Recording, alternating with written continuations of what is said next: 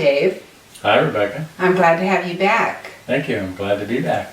Dave, you are a writer. You've written one book, you're working on a second book, you write a lot of articles, and you also have a site on the internet where people can read your articles. Tell us a little bit about that so that our audience knows just who you are.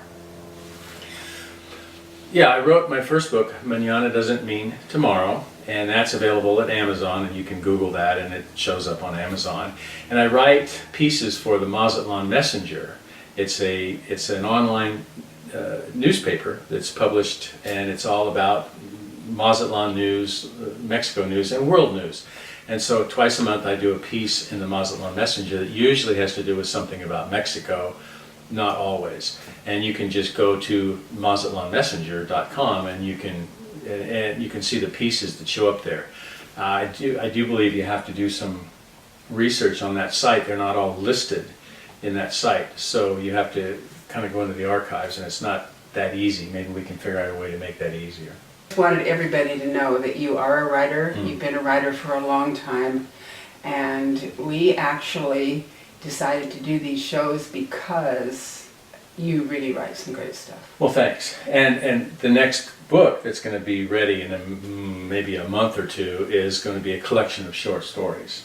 All true stories, and all of those mostly are going to be about craziness in Mexico. The thing I love about your writing is it is so thought-provoking. It's really thought-provoking, and so that is cool. It's really good, I think. Very good. Today, we're going to go into your love of the ocean and why so many of us are absolutely crazy about the ocean. So come on, Dave, you wrote an article on this. It was highly educational, and when I read it, I thought, wow. Dave, tell us first how you got involved with loving the ocean. Did you just love the ocean from the day you were born, or what brought this passion for water into your life? I haven't loved the ocean from the day I was born. In fact, I remember going to the ocean in Oregon when I was a little kid, 6, 7 years old, with my parents, and being just deathly afraid of the ocean. It was just a big, powerful, cold monster in those days, but cold. It was cold up on the Oregon coast, and I'm not a fond of the cold ocean. I'm a fan of the warm ocean. I like to swim in it. But it's beautiful. I mean, obviously, it's this mesmerizing, amazing power, and I think it's fascinating that the ocean is one of the most powerful forces on the planet, if not the most powerful force on the planet. But yet, it's fluid, and it's moving, and it just, for a lot of us, it's just mesmerizing. And I went sailing. I bought a sailboat and I took it to Mexico several years ago. But before that, I used to go to the coast all the time. I lived an hour from the coast, and we used to cut school and drive to the coast, and spend the day, just hanging out and being near the water. And living in Mazatlan, I was obviously very near the Sea of Cortez, or the Pacific Ocean, or whatever you want to call it.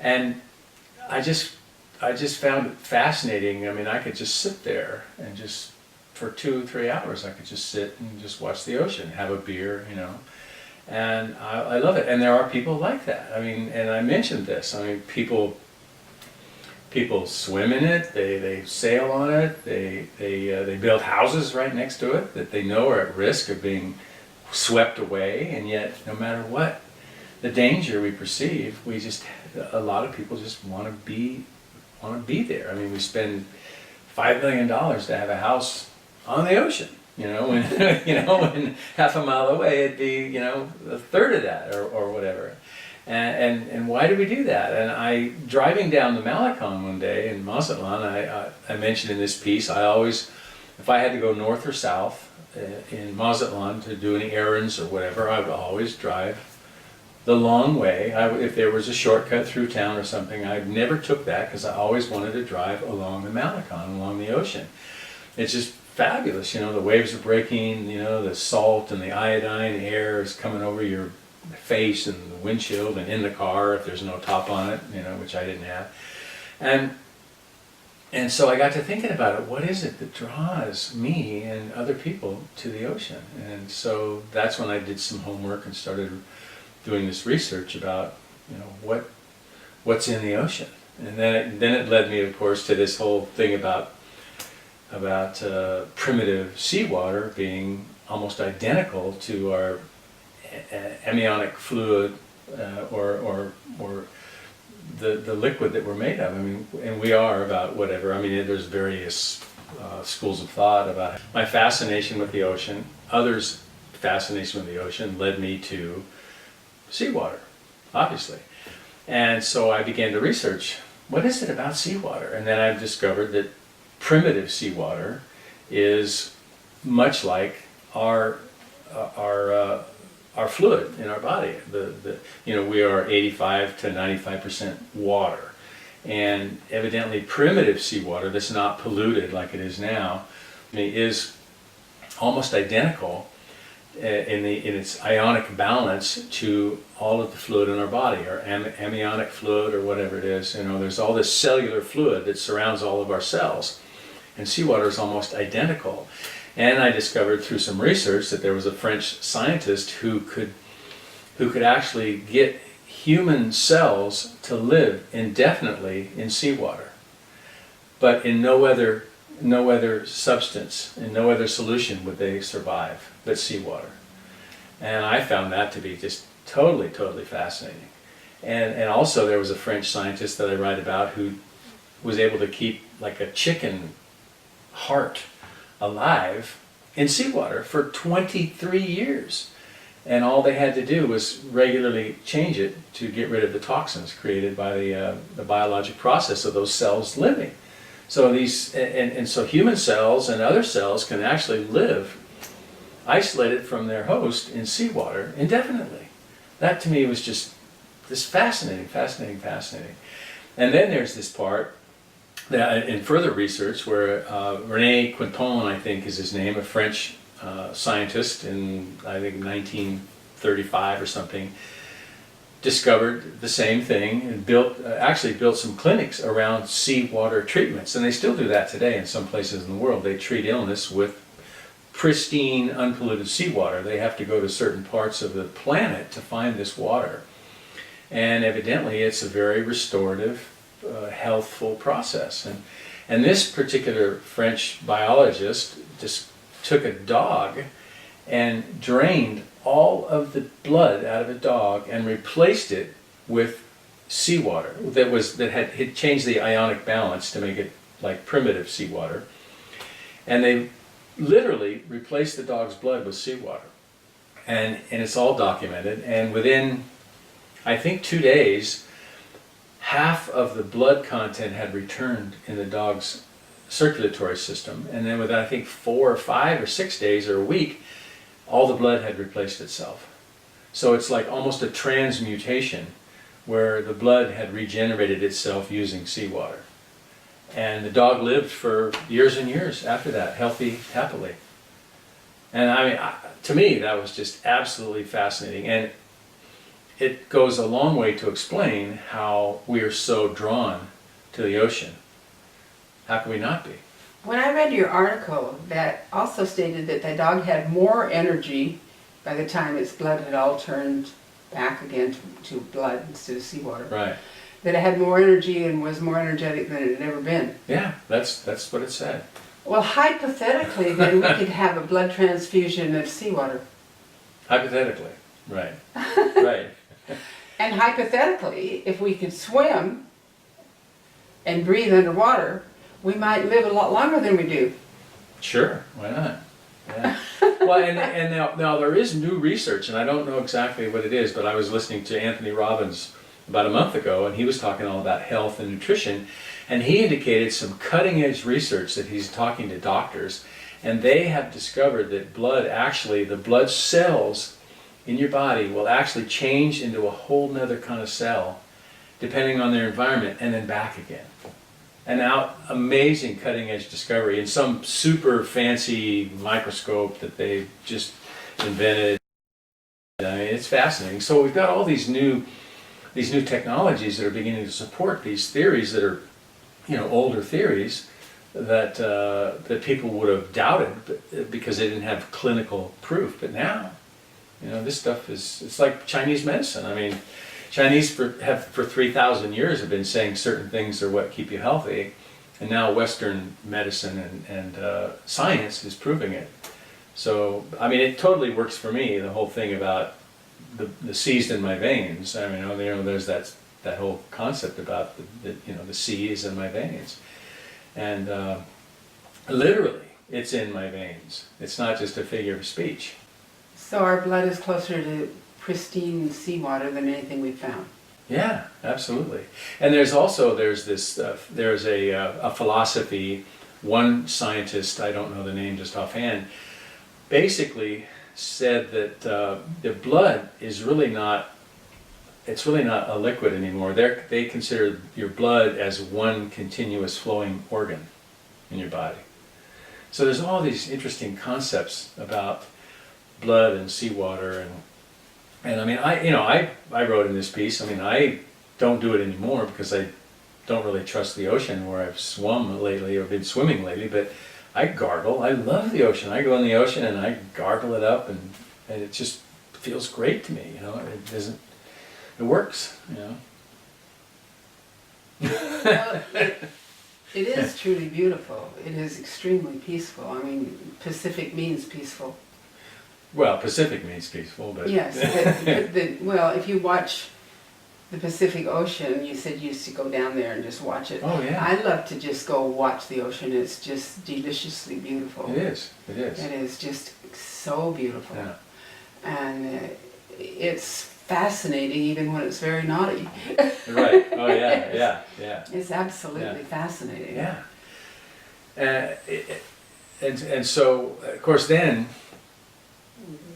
Well, what I mentioned in this piece is, for me, being a sailor, I've sailed on the ocean. I took my boat from California to Mazatlan, and the experience of being on the water and being on this most powerful force on the planet, on the horizon, if you will, on this cutting edge in ancient technology between the ocean and the atmosphere, the wind. The wind is a huge, powerful force on the planet. And so as a sailor, you get to be out there literally between these two most powerful forces on the planet and flowing with those forces to meet your, traveling objective, which is fascinating. It's absolutely fascinating to me. That to use the energy of those two immense forces to propel yourself to go where you want to go is just absolutely amazing. How many years were you a sailor, Dave? Not that many, maybe 5 or 10 years. I mean, between learning to sail and then actually going to Mexico and sailing. But sailing is like riding a bicycle. Once you do it, you always kind of feel it, you know how. And I get on a sailboat now and it's quite comfortable. I know exactly what to do if I need to. But I'm also comfortable just hanging out and drinking a glass of wine and let everybody else do the work. Yeah. But and so the next thing that came about in my research, God, I love the computer, I love the internet, and I love Google, and it's so easy to get all this great information.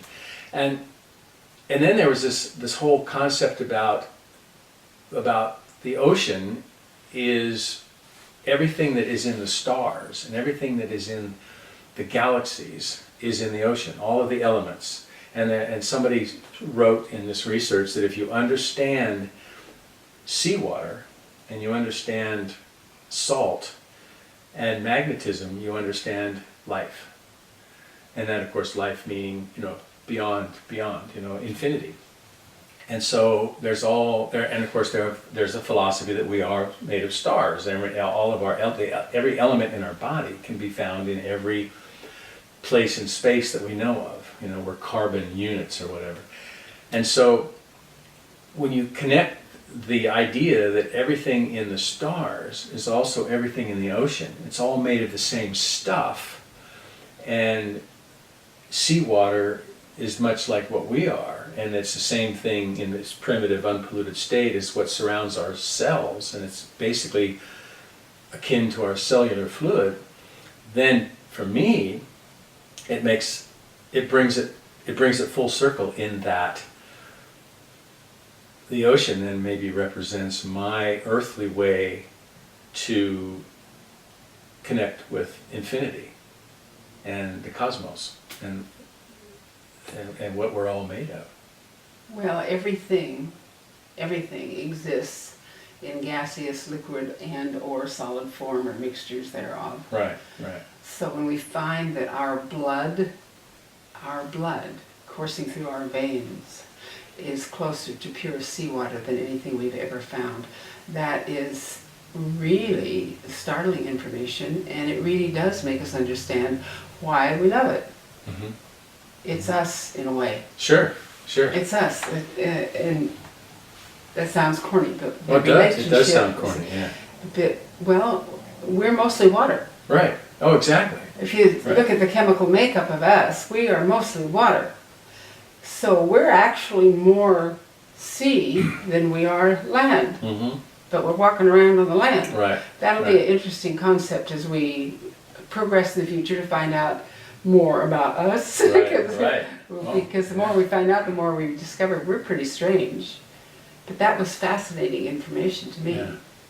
Well, and I think there's another school of thought, and there are philosophies that basically say that we are the stuff of stars, and more people are talking about that now and writing lyrics about it and all those kinds of things.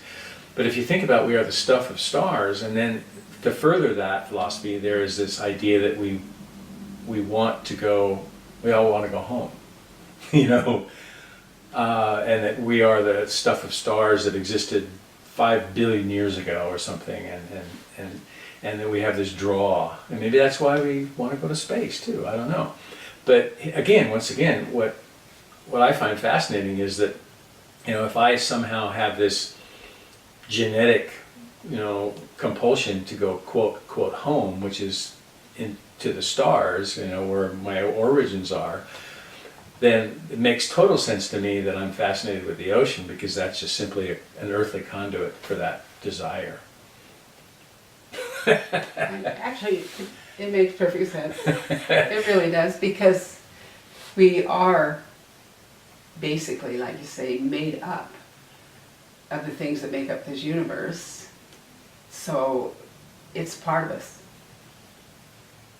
Yeah. And we have this unbelievable curiosity about knowing more about us and life, because life is us. Sure. We are life.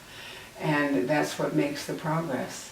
And I think that the more we know about our connection with life, all of life, the better world it's going to be, because we're going to really start comprehending as we learn that what we do to life affects our life directly or indirectly. Oh, sure. Sooner or later, that rolls around in the cycles of the seasons and the times. Right. And we can see that happening on the planet now with the ecology, what's happening with the ecology, what's happening with the weather, what is happening with the air. Right. What is happening with the food? You talked about certain chemicals actually changing inside the body under certain circumstances. I was listening to an article the other day on the internet where they stated that the genetically modified foods literally will change certain chemicals in our body, and we don't know yet how that will all come out. Oh, I'm sure. But they have discovered that they literally do have an effect on changing the chemicals in the body. So we don't know how that'll be.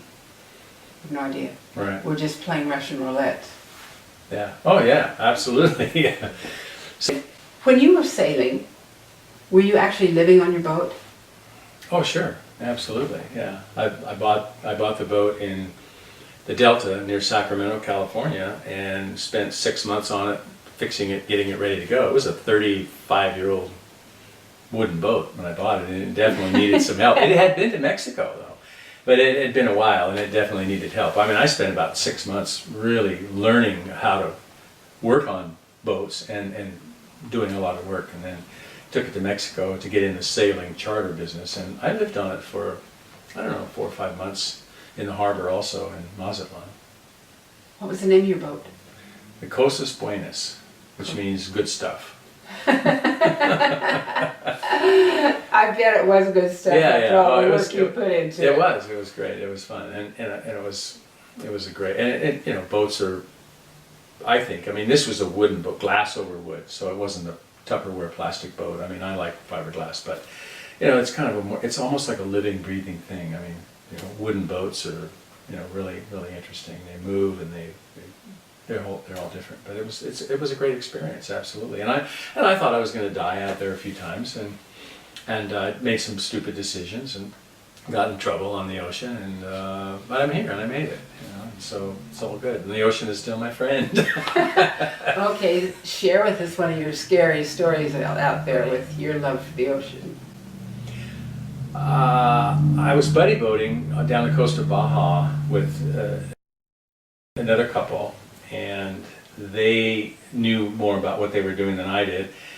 And instead of cutting into a 45-degree angle, heading back into the coast of Baja, into Turtle Bay where we were headed, I should have cut southeast into this bay, and I didn't do that. I was just all excited, had a beautiful day of sailing, it was fabulous weather, and I was just enthralled.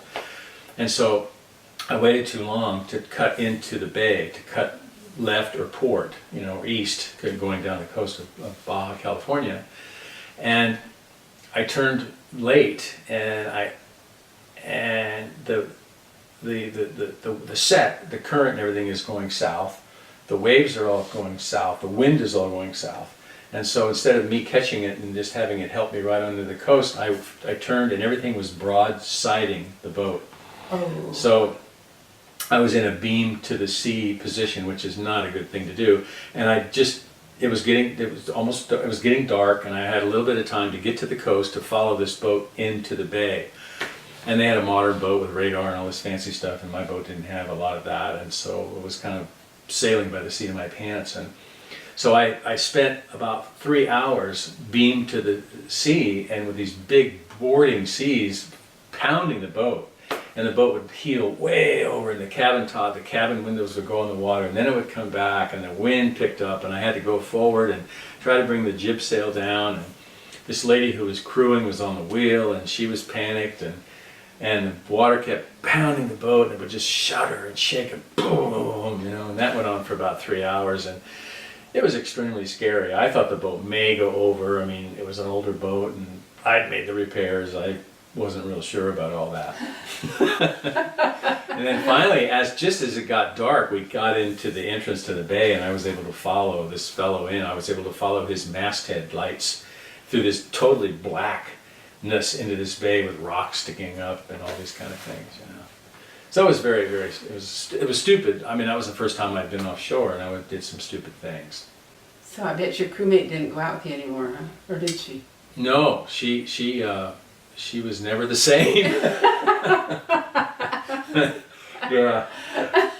Well, she told me that I've sailed with my brother, you know, and all this, and I thought, oh, okay, you know what you're doing, that's fine. But it was tough, it was scary, and she committed to go all the way to Mazatlan. We had to stop and repair the boat in Cabo San Lucas, and I had to do the repairs because the other guys were the Mexican guys and the gringo, you know, busy, you know. And it took a week there, and she hung out at the Hacienda Hotel by the pool for a week, and I worked on the boat, and she lasted about another 5 days in Mazatlan and just said, I'm out of here. But, you know, again, I mean, I was on the ocean, and I love the ocean, but I respect it. And, you know, hey, it'll do what it's going to do, and if you do something stupid, you'll pay the price out there. You know? And she just wasn't as addicted to adventures. No. And I can't blame her. I mean, hey, it was a scary, scary time. And so what you're doing now is hopefully getting yourself another boat. I'm not sure. I think I'm going to get a boat to live on, in the Delta or in the Bay, you know, near San Francisco, a power boat just to live on for a while, and then maybe get another sailboat and take back to Mazatlan. I'm not sure. I don't know. I'm not afraid of it. I mean, I'd like to go out, but I just don't know about the practicality of it all anymore. You know? Crazy, huh? Practicality. That word came out of my mouth. Well, life does force us sooner or later to be practical, whether we want to be or not. I guess, yeah. I think that happens to everybody Yeah. on some level somewhere. Sometimes a bit late, sometimes a bit early, but sooner or later you run into that practical course head on and Right. think, oh, darn. Yeah. Yeah. So the ocean. I mean, I just keep coming back to the ocean, and I think to myself, what people go to the ocean. I mean, and think about other things. I mean, we know the ocean is dangerous, yet we go there and we swim in it, and you know, sneaker waves take people into oblivion, and we know that, but we still go out there. Right. And we build houses next to it, and we sail on it, and we scuba dive in it, and we know it's dangerous, Right. and it can kill us. Now, anything else that we knew that was that dangerous, we would stay away from it, wouldn't we? I mean, it's like, gee, I know that I know that lions and tigers are dangerous, so I'm not going to go like hang out with them all the time, you know, just because I want to. I mean, we know about certain things that are dangerous, and we stay away from them. And we know the ocean is really dangerous, but we keep going back to it. Is that crazy or what? It's a great magnet. Yeah. So that's like I said, that's what got me thinking about it. Why do we keep going back when we know it's dangerous? Because our blood Yeah. is the ocean. Yeah. Close enough, right? Yeah. Exactly. Yeah. It's crazy. You have written a lot of articles as a result of your experiences on your boat and with the ocean and with Mazatlan, and they're really good reading. So I want to thank you for that. They're a lot of fun. Oh, thanks. Well, hey, they're all going to be, or a lot of them are going to be in the next book, so We'll look forward to soon. that. Look forward to that. Thanks, Dave. Thank you. Glad Thank came. you, Rebecca. Like a bolt from the blue, I realize this time I know you're never coming back to me.